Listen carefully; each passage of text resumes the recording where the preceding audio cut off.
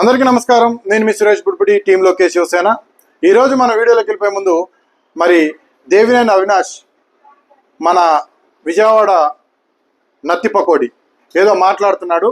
అది విన్న తర్వాత అతను కౌంటర్ ఇచ్చే ప్రయత్నం చేద్దాం.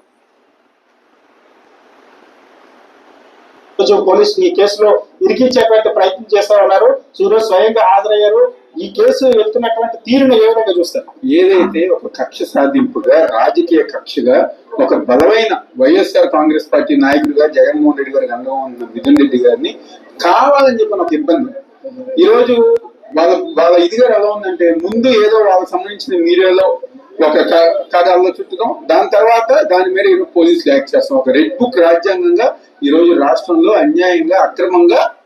అన్నా నత్తన్న, నువ్వు మాట్లాడుతుంటే నిజంగా దెయ్యాలు వేదాలు వాళ్ళు ఇచ్చినట్టున్నాయి. ఈరోజు మద్యం కుంభకోణం మిథున్ రెడ్డి చేశాడా లేదా, మీ పార్టీ చేసింది